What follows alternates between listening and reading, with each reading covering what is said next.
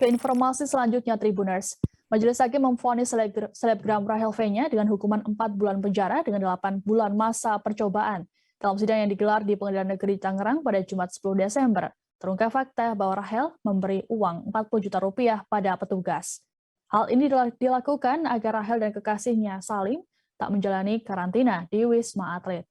Uang tersebut disetorkan Rachel kepada terdakwa Ovelina yang merupakan petugas Bandara Soekarno-Hatta. Dalam persidangan tersebut, ibu dua anak itu berujar bahwa uang sudah dikembalikan. Menurutnya, petugas bandara tersebut yang membantunya lolos dari karantina sepulangnya dari Amerika Serikat. Tak hanya itu, sang petugas juga yang mengarahkan Rachel V-nya beserta Salim dan juga Maulida, manajernya, untuk naik bus menuju Wisma Atlet. Sesampainya di Wisma Atlet, ia langsung turun dan pulang ke rumah tanpa sempat registrasi. Ovelina yang juga turut hadir di persidangan menyebut bahwa uang sebesar 40 juta rupiah itu merupakan permintaan dari Satgas. Menurutnya, bukan ia yang bisa memutuskan bahwa seseorang dapat lolos karantina, melainkan Satgas. Ovelina melanjutkan uang yang ia terima dari Rachel, kemudian ia transfer melalui nomor rekening atas nama Kania, yang ia dapat dari protokoler DPR yang turut menjadi saksi dalam persidangan tersebut. Ia mentransfer uang sebesar 30 juta rupiah ke Kania, sedangkan uang 10 juta rupiah sisanya ia bagi dengan temannya di lapangan.